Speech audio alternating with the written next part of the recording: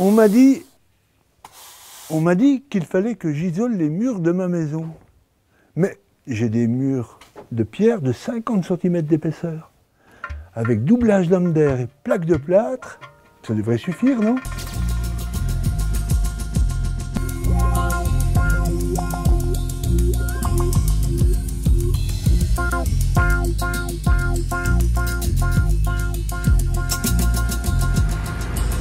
Avez-vous déjà ressenti cette sensation de froid lorsque vous posez la main sur votre mur?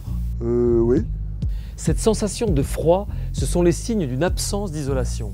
Un mur non isolé laisse passer la chaleur de l'intérieur vers l'extérieur. On peut atteindre 25% de déperdition de chaleur, à laquelle on peut greffer 10% dans le cas d'un plancher bas mal isolé. Résultat, Je vais consommer plus en chauffage. la solution? Quelle que soit la nature de vos murs, pierres, briques, ossature bois, béton, il est indispensable d'ajouter un isolant à l'extérieur ou à l'intérieur.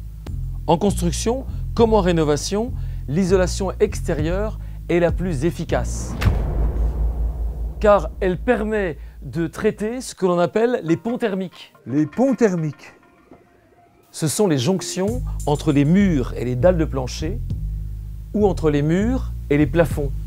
Mieux ils sont traités, plus la chaleur est maintenue. Cette isolation extérieure permet aussi de ne pas modifier les surfaces habitables du logement.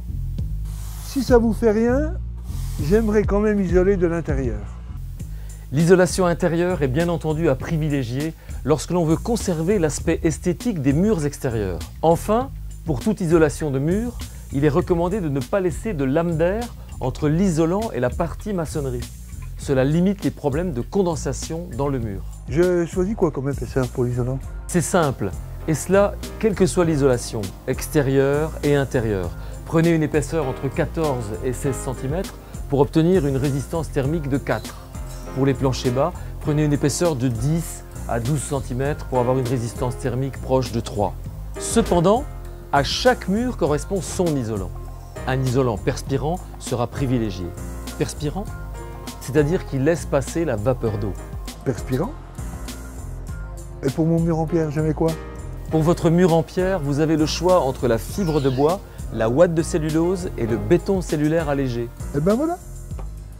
En résumé, je dirais qu'il est fondamental d'isoler vos murs et vos planchers bas pour économiser du chauffage, apporter du confort au quotidien dans votre logement et supprimer cette sensation de parois froides.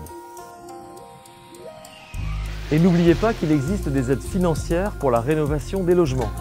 Le crédit d'impôt développement durable, l'éco-PTZ, la prime rénovation, ainsi que des aides de l'ANA. Alors, renseignez-vous auprès de votre espace Info Énergie avant d'entamer vos travaux.